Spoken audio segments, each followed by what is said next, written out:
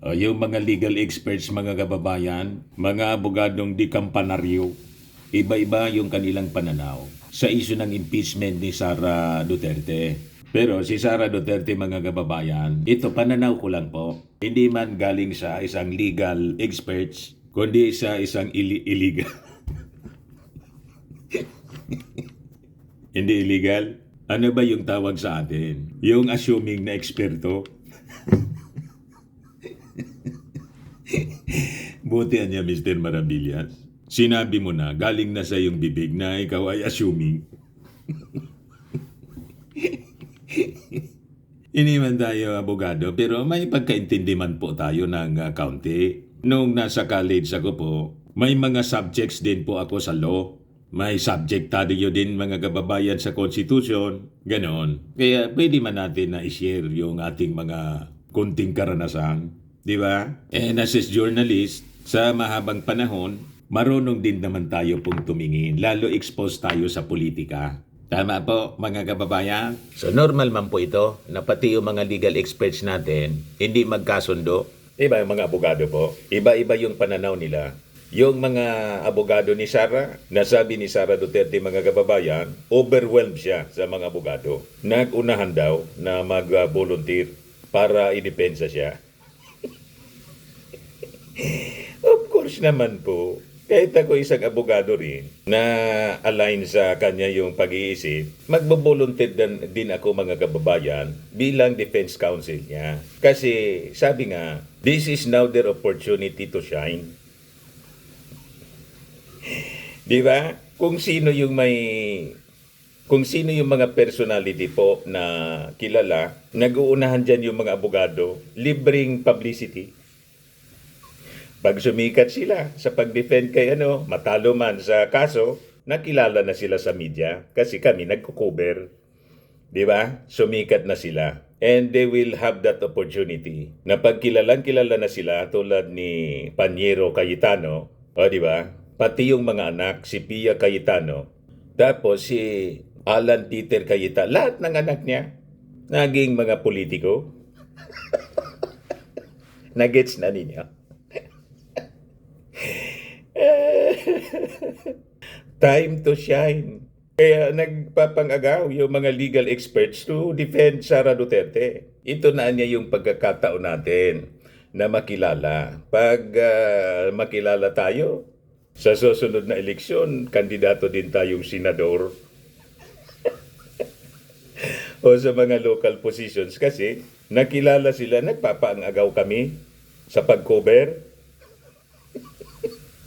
sa mainstream media para ma-interview yung mga abogado. Kaya nakita ninyo yung mga abogado, pag mga celebrity yung mga kliyente, gustong-gusto nila po, mataas na yung attorney's fee, nakilala pa sila. Pag sumikat sila bilang mga abogado, libreng pasikat.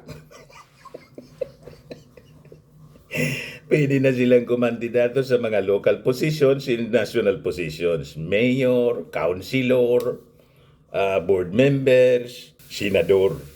Di ba? Diyan si Alan Peter Cayetano nagkinabang sa kanyang tatay. Minana yung kasikatan ng kanyang tatay.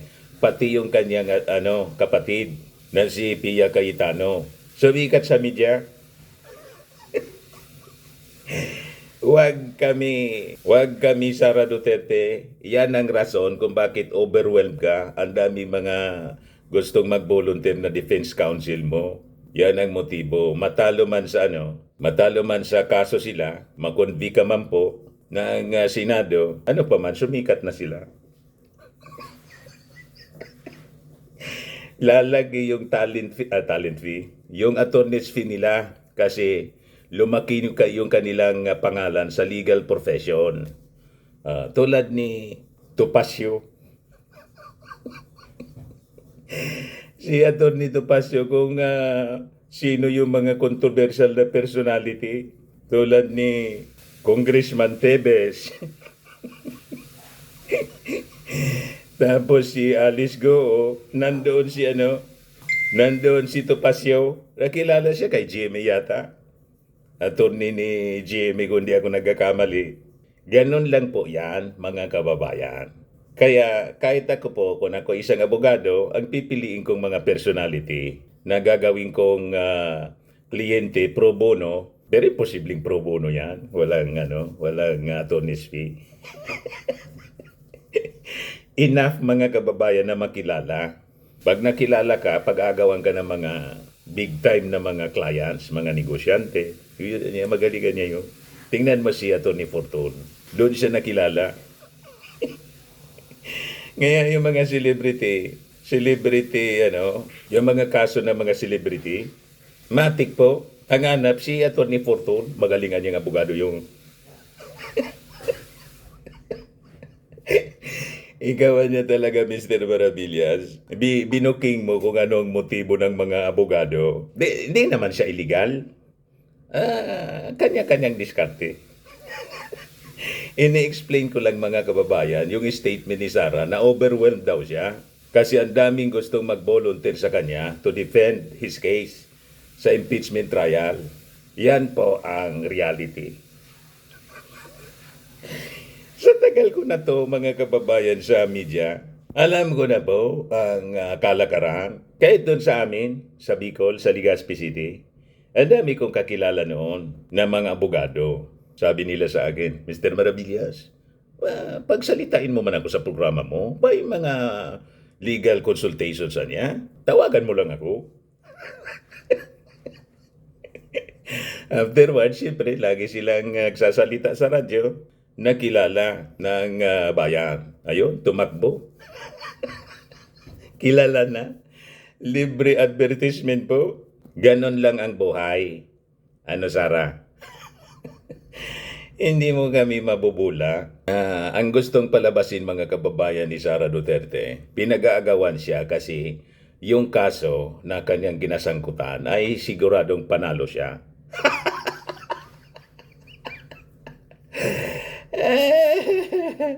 Maliwanag po mga kababayan yung sa Articles of Impeachment na pinirman po ng 245 ng mga congressmen, malinaw po na pag inakwit ng mga senador mga kababayan si Sara Duterte, i-convict ng mga mamamayang Filipino yung mga senador mismo.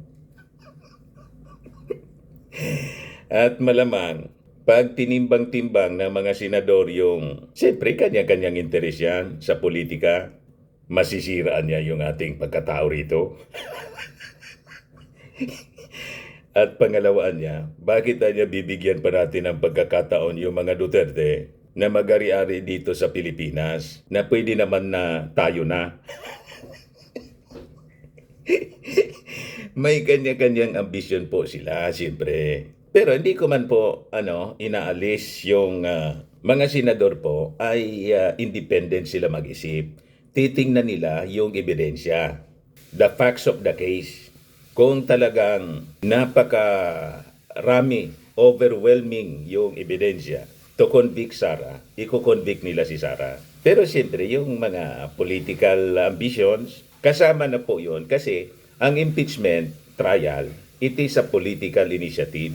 Political in nature po siya. Kaya tama itong statement, mga kababayan, ng isang abogado, ipakita ko po basahin ko sa inyo. Pinost ito ni si Governor Gwen Garcia. Ayan ba, 15 hours ago, Governor Gwen Garcia.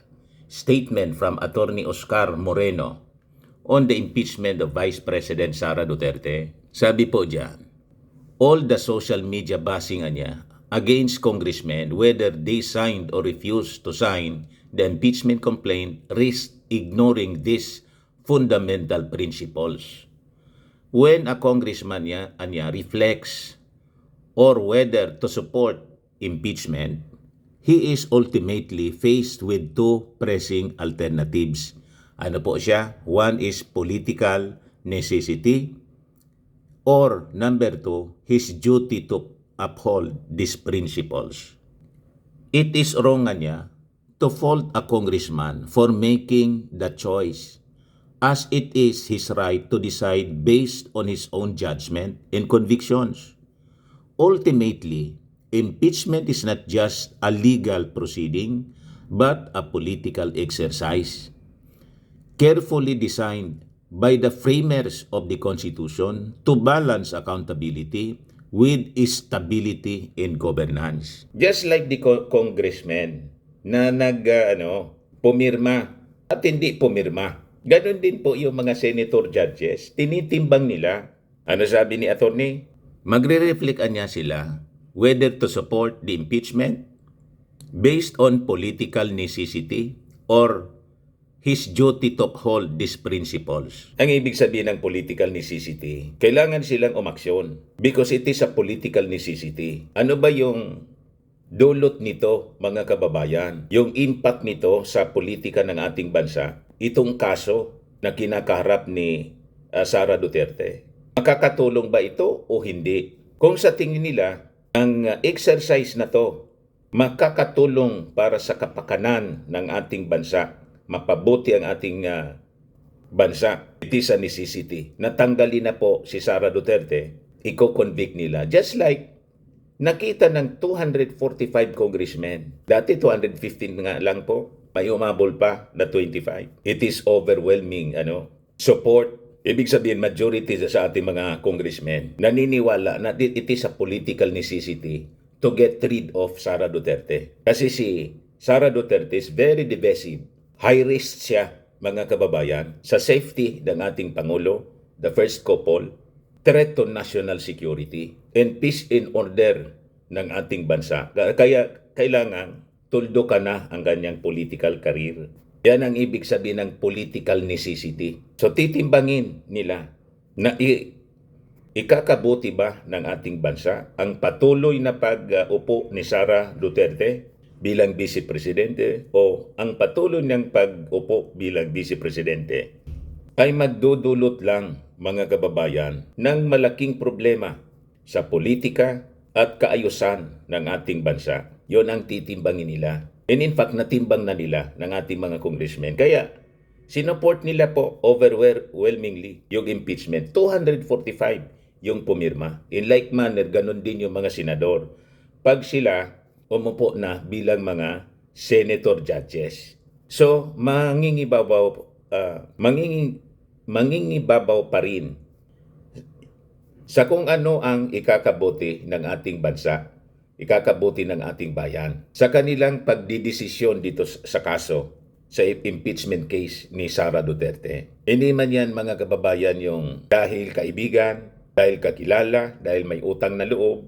Of course, hindi na maalis yung political interest doon. Yan ang ibig sabihin nito. Tama po? Going back dito sa topic, na kung si Sara Duterte mag-resign, ano daw ang mangyayari? Sabi po ni Tony Lavinia, isang abogado, constitutional law, abogado and constitutional law lecturer, the trial niya can still move forward even if she steps down. Tuloy ang kanyang trial.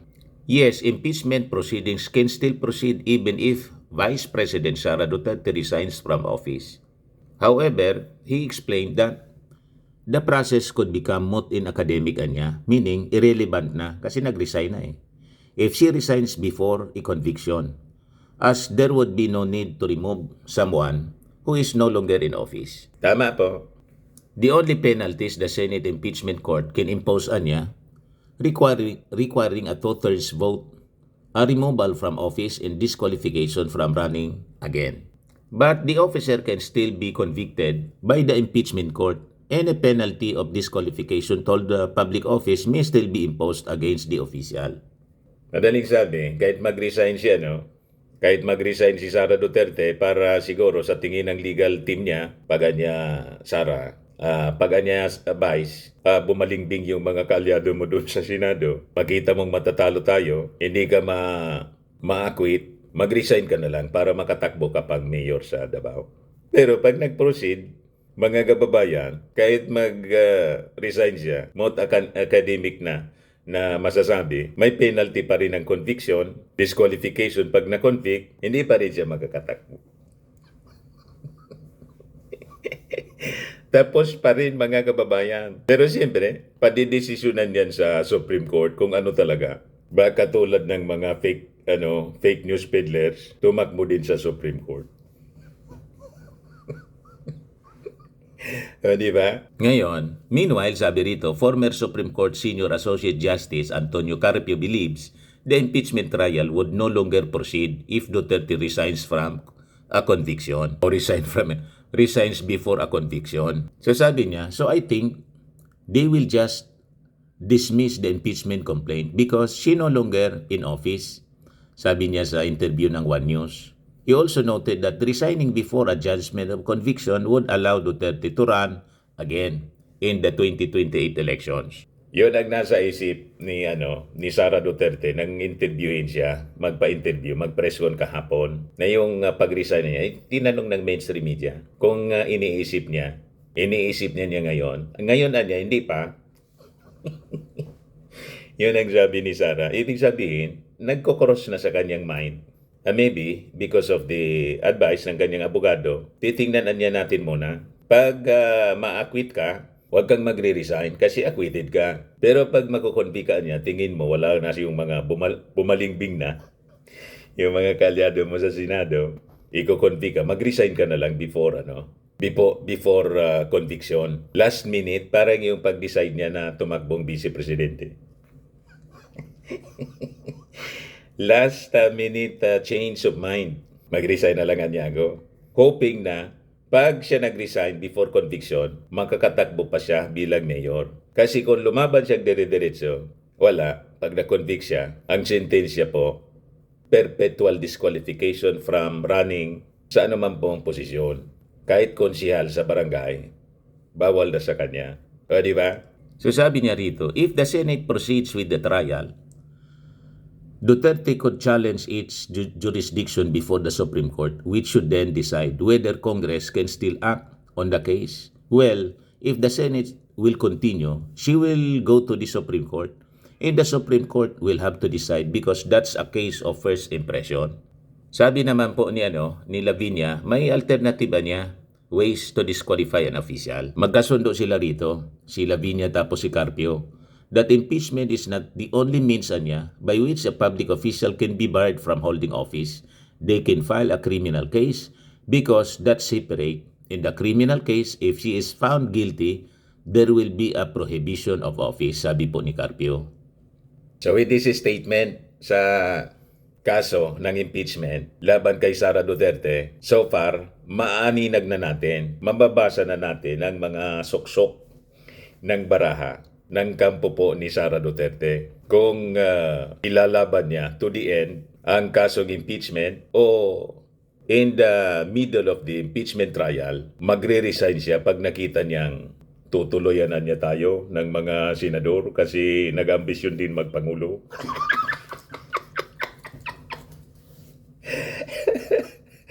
Hindi na anya tayo niyan makatakbo kahit kapitan sa barangay, konsihal. Paano na? Paano na ang buhay? Na sila mga kababayan na nabuhay sa politika. Paano na yung Davao? Ayan po ang tinitimbang-timbang ng kampo ng mga Duterte.